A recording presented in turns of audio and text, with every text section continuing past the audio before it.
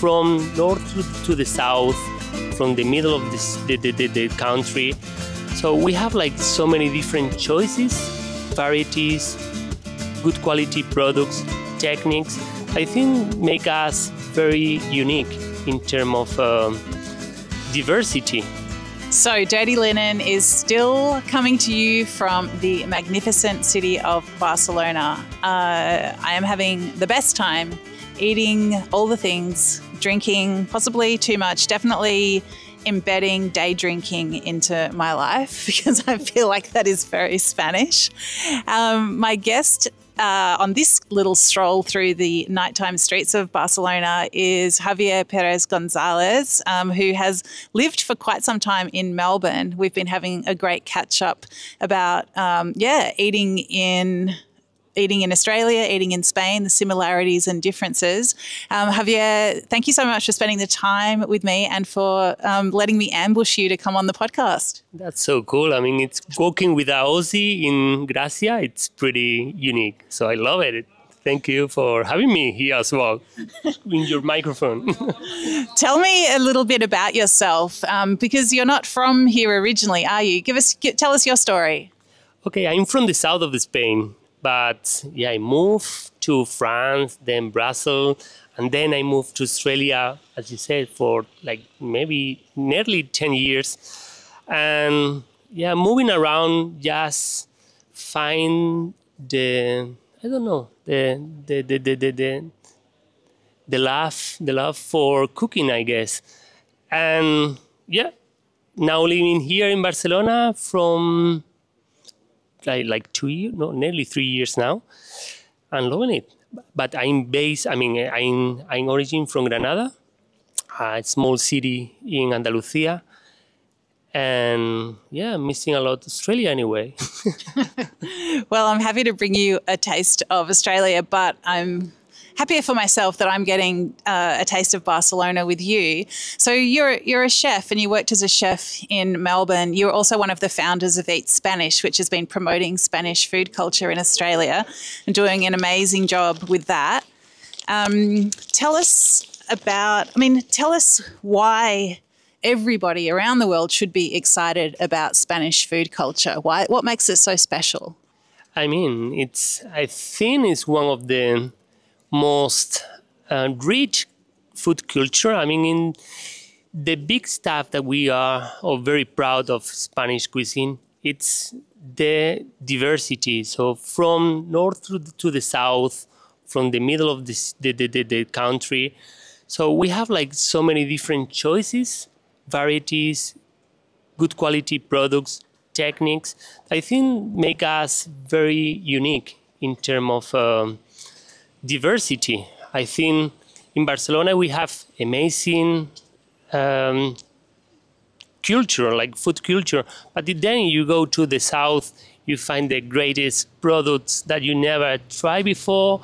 If you go to the north, you have the greatest seafoods that you can eat in your life.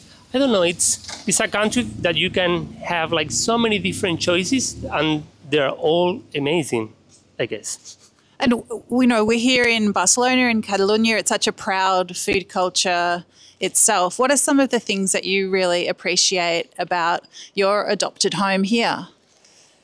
Wow, it's a very international city, and we are so lucky to be in the coast, of course. So amazing seafood here, but then you have tiny cities or tiny towns. Very rustic, where you have like amazing, I don't know, like meats. Yeah. What about the way that people gather around food and drink? Like, what's the vibe?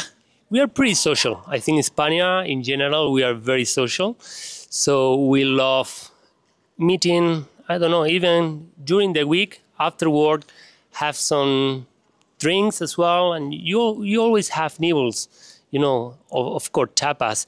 But maybe in Barcelona they are not as popular as it is in the rest of Spain, or maybe in the south where I come from, where you have tapas for free. Actually, it's you have a drink, you have a tapa. So it's a way to socialize. It's eating, drinking. It's the excuse to be out of the small apartment that probably you lived and meeting with friends and enjoy. I think the weather helps as well to be a bit more social than other places in the world, I guess. And I mean, you are a chef and you were teaching in Melbourne at Holmes Glen. You've worked or you had a lot to do with Spanish and other chefs in Melbourne and also here. What are some of the differences between the world of hospitality in Australia and Spain? Well, Spain and I think probably Europe is the jungle right now in hospitality. I'm missing so much it's hard. Hospitality is hard everywhere. But in different between work conditions, respect, that in Australia we really have. It's a bit different in here where, we are so many people together trying to do something nice in your life. And in here, the competition, they're pretty hard and tough. So it's big difference. So you think it's harder to work as a chef in Spain than Australia? 100%. Yeah, no, it's not only harder. I think the work condition helps or don't help in this case to be, it's in Australia, we are pretty lucky to have what we have. It's hard. It's a work, it's a profession it's not easy as we really know.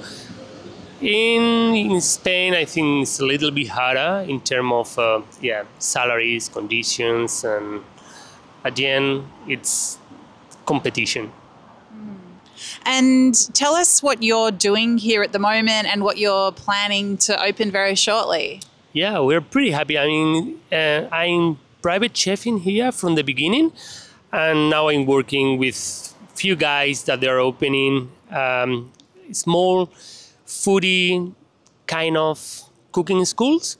And we are now in Sant Cugat. This is a small village nearby Barcelona, but now in few months we are opening a place in the heart of the city. So near Passeig de Gràcia, we are opening a school, a beautiful school where foodies can join us from all around the world and learn and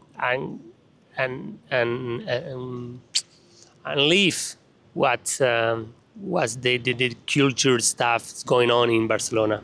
It sounds like such a good experience. So if I was to come to the cooking school and we could have a private curriculum, you could teach me whatever you think I should know about, whether it's Spanish food or Catalan food, what would you teach me? So I'm not by myself, so we have like a few more chefs. So from my side, probably I'll be doing more international and more Spanish, open Spanish courses. But then we have locals like Catalonian, and we have as well like people that they like pizzaiolos, bakers. So we have a bunch of staff that they are helping us to do a fantastic experience. I can't wait. Well, Javier, thank you so much for showing us around today and for sharing your insights. Really fantastic to catch up here. Thank you, Dani. This is Dirty Linen, and I'm Dani Valent. We air the issues that the hospitality industry finds hard to talk about, hearing from different people with unique perspectives. We want to hear from you as well. If you have something that needs to be said about a topic, get in touch so we can include your perspective. Contact us at dirtylinen@deepintheweeds.com.au or hit us up on Insta at Dirty Linen Podcast. We can't wait to hear from you. This